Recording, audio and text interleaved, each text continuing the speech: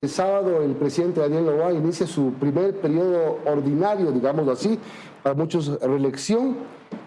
Marisol Borja, columnista de Primicias, periodista, está con nosotros para analizar estos desafíos que tiene el presidente Noboa. Ya se adelantó con el primer proyecto de ley poniendo a prueba a la Asamblea Nacional. Esta va a ser sin duda una medición real de fuerzas porque hay muchos cuestionamientos de la ley que acaba de enviar, que si es económico urgente, que si es regresiva en derechos. Ya se va a ver, seguramente el CAL la va a aprobar, pero el debate será a la interna y ahí se podrá ver un poco si es que la fuerza con la que llega el presidente en la Asamblea es realmente fuerte. Sí, yo creo que, buenos días a Milton y a tu audiencia, yo creo que una de las preocupaciones que hay justamente es de esta ley, a mi modo de ver, le escuchaba al invitado anterior y creo que sí hay algunas alertas para preocuparse, no solamente porque a mí me parece que es preocupante siempre que en la Asamblea Nacional hay una concentración de poderes, creo que eso siempre hay que ponerle un ojo ahí, sea quien fuere, sea hoy, ayer, mañana, pasado, porque cuando hay mucho poder de un solo poder político, pueden pasar cosas que ya tenemos experiencia, que han pasado y que no creo que queremos que vuelvan a pasar. Y creo que hay algunas alertas también en esta ley que dan cuenta hacia dónde podría ir este gobierno y que creo que los ciudadanos con pensamiento crítico, los periodistas deberíamos estar preocupados, inquietos sobre algunos puntos que se proponen en esta ley porque a mi modo de ver podrían eliminar ciertas garantías, no para los delincuentes, que está bien que toda la fuerza del Estado vaya en contra de la delincuencia, el país está que no da más, mira los datos de la violencia, tenemos más de un asesinato, más de cada hora es asesinar a una persona, de hecho es más porque son 26 al día, tenemos 24 horas en el día, entonces sí creo que no podemos sacrificar ciertos valores democráticos en nombre de que eso nos va a resolver la seguridad. ¿Qué te hace pensar o sospechar de hacia dónde va este gobierno? A mí me preocupa, por ejemplo, el hecho de que te digan vamos a allanar sin una orden judicial. ¿Por qué? Porque te dicen los GDO. Ok, pero ¿cómo van a distinguir los GDO de los no GDO? ¿Y quién va a decidir qué es un GDO y qué no es? Porque si es que fuera un conflicto en el que están identificados y todos tienen un uniforme y sabemos que están ahí y que allá van a ir, ok. Pero ¿y si de repente esta conversación no le gusta a alguien del gobierno y dicen, bueno, Milton y María Sol han sido parte de un GDO, vienen, nos allanan y luego averiguan, si es que averiguan? Porque, ojo, si tú ves también los datos de Latin Barómetro, la confianza en las instituciones está en el subsuelo. Son 18%, solo Bolivia está por debajo de nosotros. 18% de los ciudadanos ecuatorianos no confían en el sistema de justicia, por ejemplo. Entonces, a ese sistema de justicia es al que te vas a someter. Y ojo, también creo que hay un tema que no necesariamente se está considerando. Estamos hablando de las Fuerzas Armadas que están infiltradas por el crimen organizado. Entonces, son ellos los que van a hacer los allanamientos, son ellos los que van a tomar decisiones. ¿Quién nos garantiza que las personas que están tomando esas decisiones, tanto al interior de la policía como del ejército, son personas que no están vinculados a los GDO? Ahora, si nos ponemos a ver desde la otra óptica, mucha gente va a pensar, bueno, y era hora que el gobierno actúe con fuerza, con determinación, que el camino pasen cosas, pero que se logre el objetivo de devolverle la paz al país, que no se ha podido en mucho tiempo. Pero ese es el camino de devolver la paz, me pregunto yo, porque creo que, no sé, yo no soy experta en seguridad y quizá los expertos nos podrían dar más luces sobre esto. Yo veo que el fin de semana ha habido varios expertos preocupados por estos planteamientos que hace también esta propuesta de ley. Y si bien creo que toda la fuerza del Estado debe estar siendo utilizada, también creo que deben ser atendidos otros aspectos. Es decir, tenemos un aspecto de desatención social muy profundo.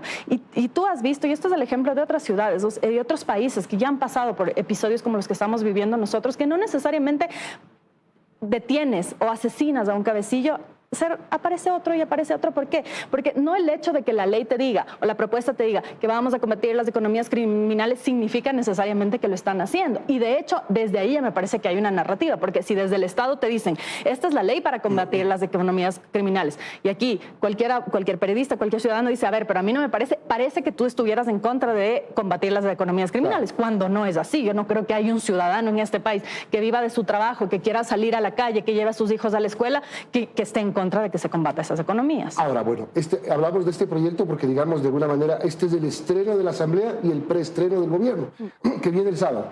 El presidente Noboa dijo en campaña que quiere una constituyente. No estaban muy claros los objetivos de esa constituyente. El ministro de Gobierno empezó a modular un poco, a decir, como tenemos la Asamblea, mejor vamos a mandar paquetes de reformas constitucionales. ¿Por dónde debería empezar a caminar este nuevo gobierno? Son 4 años enteros donde ahora sí no hay pretextos. Yo sí creo que hace falta también una reconciliación del tejido social, o sea, de la gente. Tú ves violencia en todos lados. La violencia no solamente está evidenciada en estas cifras brutales de asesinatos que tenemos, sino también en la sociedad en general. Tú no puedes plantear una opinión diferente a la que propone o el gobierno, o un político, un partido, porque enseguida eres enemigo, eres narcoperiodista, eres narco no sé cuánto. Y esa ligereza para calificar a la gente que está haciendo cuestionamientos, no solo este gobierno, porque yo creo que parte de la democracia es fundamental que haya ciudadanos críticos. O sea, creo que eso es fundamental en cualquier democracia y no sé si es que eso es posible en estas condiciones, porque también con este nivel de violencia, ¿quién se quiere exponer? Ahora, lo que tú planteas, yo sí creo que tiene que haber una atención fundamental al espectro de lo social que no se ha atendido, porque creo que sin eso no hay forma de que se resuelva el tema de la violencia. Claro, es decir, esa mirada tiene que ser más de acción social para la gente que menos tiene, que no tiene trabajo, que tiene problemas, que se quedó sin casa por el terremoto de Esmeraldas, que se quedó sin casa por el fuerte invierno, es decir, a toda la gente que necesita, en lugar de pensar en el tema político. Sí, y sobre todo yo estaba revisando, veo aquí mi teléfono porque aquí tengo unos datos, yo estaba revisando los datos de UNICEF, por ejemplo, 770 niños asesinados en 2023, aumenta 640% entre 2019 y 2023 el homicidio y el asesinato a los niños. Estas son las famosas balas perdidas, los daños colaterales súper mal llamados. Entonces, ¿cómo tú puedes atender a un país en donde las infancias están siendo asesinadas de esta manera? Es decir, está bien que el Estado plantee poner toda la fuerza de la que es capaz para combatir al crimen organizado y las economías, pero quizá esto también pasa por otros ámbitos, de regresar a ver cosas que no son tan populares y que no generan tanta conversación, como es esto, el tema de los niños. ¿Cómo podemos pensar que puede haber futuro en un país en donde los niños están siendo asesinados de esta manera? ¿Qué más tiene que hacer? ¿Por dónde más tiene que empezar o debería empezar este gobierno? Yo creo que este aspecto de lo social, o sea, no puedes calificar como bajas de menores o daños colaterales del asesinato de niños. Ok, el asesinato de niños, perfecto. Desnutrición crónica infantil es un tema bien importante. Atención en hospitales. Otra vez estamos reportando el tema de que no hay insumos, no hay medicinas en los hospitales públicos del país, en los hospitales del Seguro Social. Salud, educación. Mira, en el tema de educación hay denuncias y varios medios han sacado las denuncias sobre los profesores que están siendo amenazados por los propios alumnos o un número de profesores que están pidiendo los cambios en ciertas zonas conflictivas porque simplemente no pueden trabajar o porque a las afueras hay cooptación de parte de estos grupos de crimen organizado. ¿Por qué? Porque tampoco tienes parques, tampoco tienes cultura, tampoco tienes deporte, es decir, no hay opciones. Mira lo que pasa en Durán. Lo de Durán nos parece todavía lejanísimo, entonces en la capital, que siempre un país que se centra tanto en la capital, quizás no regresa a ver estas zonas. Hay muchos colegas, tú conversas con colegas periodistas, simplemente no pueden reportar porque están amenazados, porque el crimen está tomado y las instituciones del Estado. Entonces creo que esa es la parte que quizá en la ley y quienes dicen, no, el Estado tiene que combatir, tienen que ser cuidadosos porque sin una depuración de las instituciones, esas mismas personas que están vinculadas a los GDOs son las que supuestamente van a tomar decisiones sobre a quién detienen o cómo se allana. Fíjate que volvimos a hablar nuevamente del tema de la seguridad. Sí.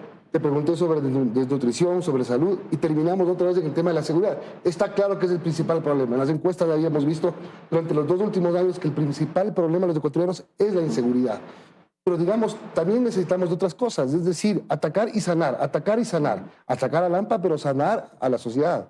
Pero es que por eso te digo que tiene que venir con una política social clara. Y yo creo que eso no he visto. Yo no he visto una política social clara. Es decir, la política de este gobierno para los 4 años en salud es esta, en seguridad, ni siquiera en seguridad. En seguridad es esta, en educación es esta. Es decir, ¿dónde vas a invertir para evitar que estos niños sean cooptados? En educación. Por ejemplo, ¿qué se va a hacer en educación? ¿Cómo se va a garantizar que los GDOs no operen en las escuelas, que los profesores no sean amenazados, que los alumnos no sean amenazados? Periodistas Sin Cadena reportaba hace unos días un testimonio de una periodista en Esmeraldas que había entrevistado a una maestra y la maestra decía que uno de sus alumnos había sido asesinado el día anterior de la entrevista porque no había querido ser parte de una banda de crimen organizado. Bueno, pero también tenemos que hablar de las escuelas rurales, por ejemplo. ¿Cuántas están habilitadas? ¿Cuántas están habilitándose? ¿Qué pasa con ese tipo de educación, con el acceso a la educación? ¿Qué pasa con, otra vez vuelvo al tema de la salud? Va a haber más hospitales, va a haber nuevos centros médicos, va a haber medicinas, garantía de que hay abastecimiento.